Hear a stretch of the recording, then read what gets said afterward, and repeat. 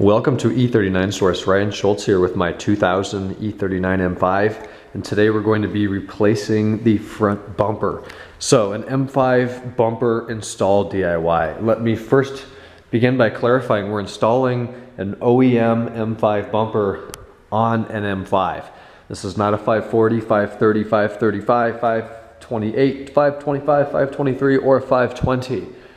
So it's a different procedure. If you're working with a non-M5 car, there's a couple different pieces of trim you're gonna need to buy. Colt is gonna have a video, or actually Razwan may have a video on his 2000 540 on installing an M5 bumper. It's a slightly different procedure. However, this will walk you through the M5 bumper installation on an M5 and the necessary steps to install and remove the actual bumper. So here's all of the parts you're going to need. I'll try to include actually I'll probably just refer you guys to the link on Real OEM that has the parts explosion for all of these specifically. Obviously, here's your bumper. You need a bumper. This is the OEM BMW bumper, part number 51112494192. I did not want to go aftermarket this time around, so there is a OEM M5 front bumper. You're also going to need, depending on what you're doing, if you just got a crack in your bumper and you just want to replace the bumper, that's probably all you're going to need. If you're looking to replace everything on the front of the car, as I am, you're going to need a few extra things. These are the mounts that we're going to be sliding the bumper onto. Notice there's one on the left and there's one on the right. This is the side that bolts onto the car. 51118159362. You're going to need two of those. Fog light surrounds. If you're replacing your fog lights, these are all OEM parts. Here's your fog light surround part number 51112496284. That's one side. The other side, instead of a 284, is a 283. Same beginning numbers. Here's your bumper trim. Note this is non-PDC 51124949193. That's your left side. And the right side is 194. That's those last three digits. Bumper gaskets. We're gonna need, I think we use one and we end up cutting it in half here in the middle. Your bumper gasket is 511181911149. I have two. I think I'm gonna need one on the rear of the bumper as well. I don't think we use one around the bottom lip, but we'll see. This is the lower front grille, stock. 51112496285. Now, all of this is miscellaneous hardware that we're going to be using to attach the actual bumper metal reinforcement to the plastic bumper. There's push rivets, screws, acceptors, all of this hardware, axial retaining clips in here that we're going to be using. These are the fog lights. These are European clear lens pre-face or post-facelift Euro OEM fog lights, 63177894017 and a 018 for the other side. Let me note that I'm going full European on this car. These are Hella facelift OEM headlights. They're Euro spec. They have clear lenses. I really like that. And there's no stupid LED over there that's bright orange on the Euros. So Euro fog lights have a clear lens, looks really nice. And I'm going with a European bumper. Here's why. I've done a headlight washer system delete on this vehicle. I do not have the headlight washer systems. All USA spec E39 M5s came with cold weather package, had heated seats, had headlight washers. So in Europe, they didn't force the cold weather package on you. So this is a European E39 M5 bumper without the cold weather package, so no holes for the headlight washer system. If you want that, you're going to want to tell realoem.com that your car is a US spec and you will have the holes for the headlight washer system. My car does not have front PDC, being a 2000 model M5, so I do not have the holes for PDC. Those are the parts you're going to need. Sorry that took so long to talk about. Moving on to the deinstallation of this actual bumper, there's a couple things we need to do to start with. It's not required that you have the car jacked up like I do. I have the front of the vehicle here completely off the ground with my belly pan removed and my front fender liners removed. I'm supporting the car with jack stands on the front jack points, so I will probably move my wheels under the car when I'm going to be under there, just for added security. You will need to remove your existing belly pan as well as fender liners for this job. I have already done that. You're pretty much going to need a 10mm socket and a Phillips head screwdriver. That's really all that holds all of that up there. You will then get access to the bottom of your engine, which in probably most of your cases will be very greasy and dirty like mine. So simply remove any screws that you see that hold that up. Notice the belly pan kind of sandwiches on top of the front of the bumper like this. So when you drop it down in the back, and then you're going to slide it out and down towards the back of the car. That'll take that down. Your fender liners, they're both the same. There's going to be two 8mm bolts, 1, 2, and then there's a push rivet right here. Pry that out with a screwdriver or a pry tool. So do that on both sides. Be careful. Your temperature sensor is located on the passenger side of the car. Simply disconnect it, take the temperature sensor out, poke the wire through the hole in the fender liner, and then if you want, you can plug it in just so you don't lose it. Let that hang there for now. We'll be dealing with that in a little bit. Now, the only thing holding our bumper in is if you have a US car, your headlight washers. I don't have that, so I'm not going to be able to help you too much with that. You're going to want to figure out how to disconnect those. If you have PDC, you're going to want to pry this trim off here. Notice there's a small indentation in it right there. Pry that trim off, disconnect your two PDC sensors on each side. Fog lights.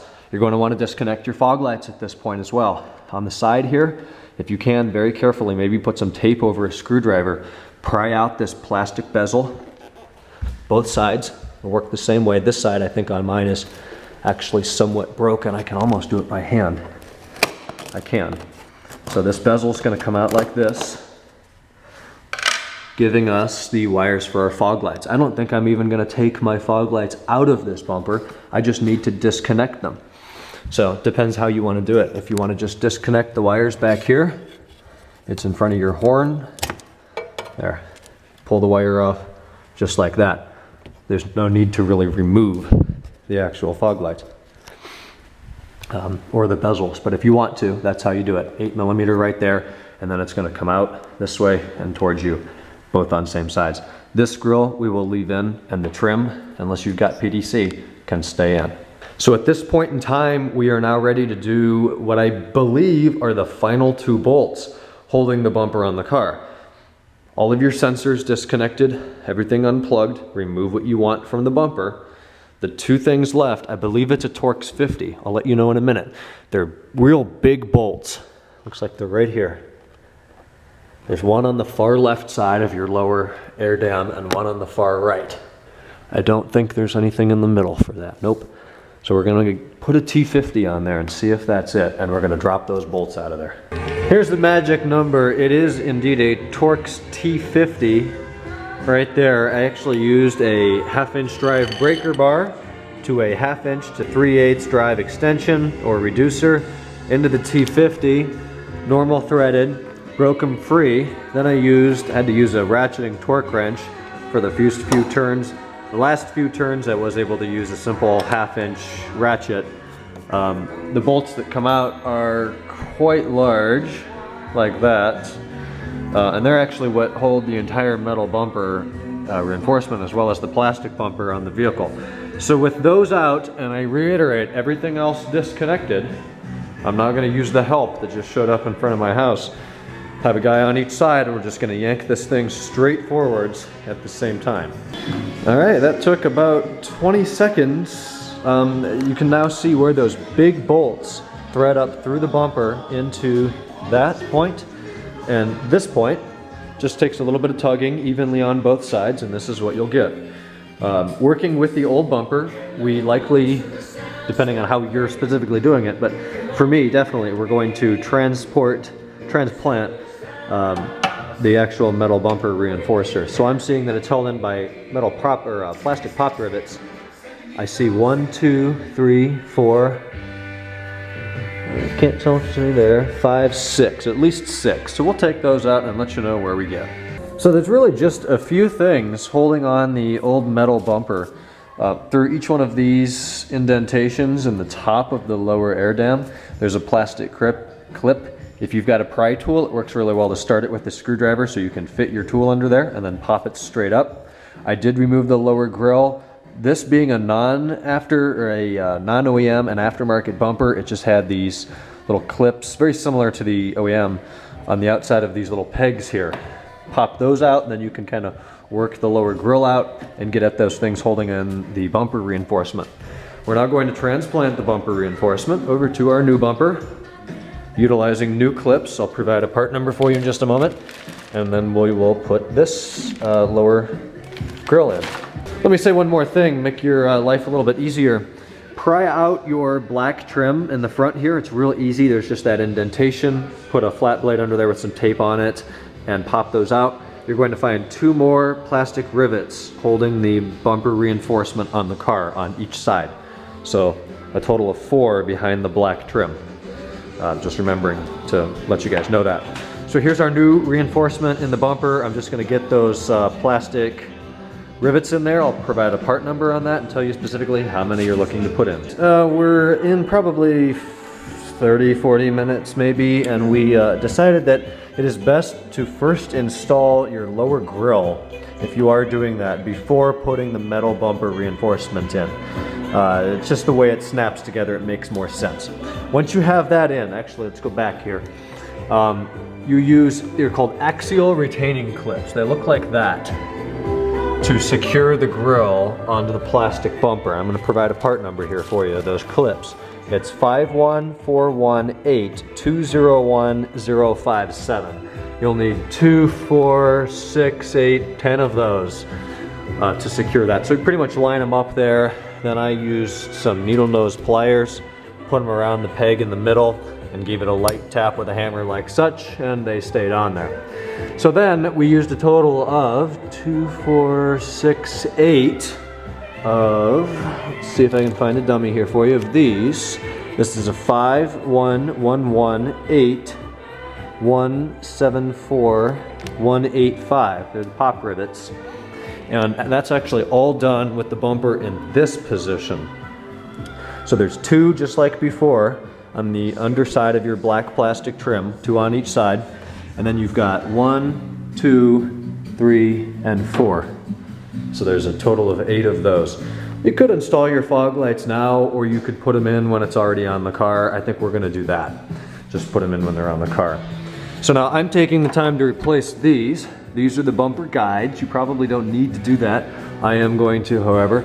Looks like they are 8 or 10, probably 10mm bolts visible just behind the fender liner like this.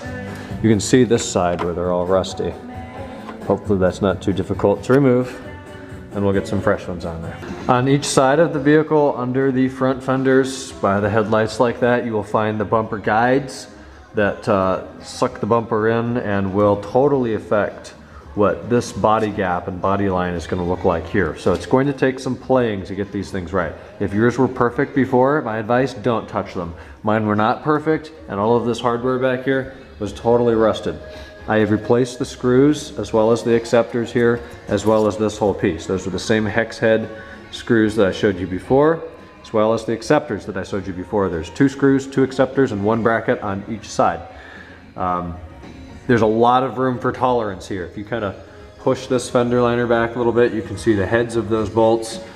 Loosen those up. You can move this all over the place, make your bumper come up to here, down to here, over to here, back to here. You know, it's going to take some playing with to get the fitment correct to where you're happy with it. The good news is that can be done afterwards, after the bumper's already on the car. You can move that around. So we've replaced both sides. Here's what the old ones look like, probably original. So at this point, we're going to lift the bumper up and slide it on there. I'm going to put fogs in and the trim in last, but that grille, as I said, it had to go in before the metal bumper reinforcement. Alrighty guys, to go ahead and finish up that front bumper project, once it's all assembled and ready to be installed on the car, you're essentially going to pick it up. This works best with 2 people, one on this side, one on the other side. Slide it on the guide over here, slide it on the guide over there. Make sure the front of it's supported, it's not going to twist or kink or anything. Push it on there, replace those T50, were they T47s, T48 bolts that go up there, slide those in, torque those down. I think I put mine to about 50 pounds. It's not that important as long as they're tight and will not wiggle out. If you're not happy with your bumper fitment originally, while the car is up in the air and you're working on it, go ahead and play around with the guide. Loosen the bolts up, move it in, out, forwards, back, get it where you want it, tighten it up, and you're going to be done with the project. As you can see, I've gotten my bumper fitment very close to perfect here. Way, way, way better than the aftermarket one that was on there before. Couldn't be much happier with the fitment. Likewise on this side. Reinstall your fender liners, underbody trim, pop your underbody shielding, pop your front trim back in, your fog lights screw in, the fog light surrounds snap into place, and it looks excellent. So thanks so much for watching my bumper DIY. If you have any questions, please leave them down below and subscribe if you like what you've seen. I'll talk to you guys later. Bye-bye.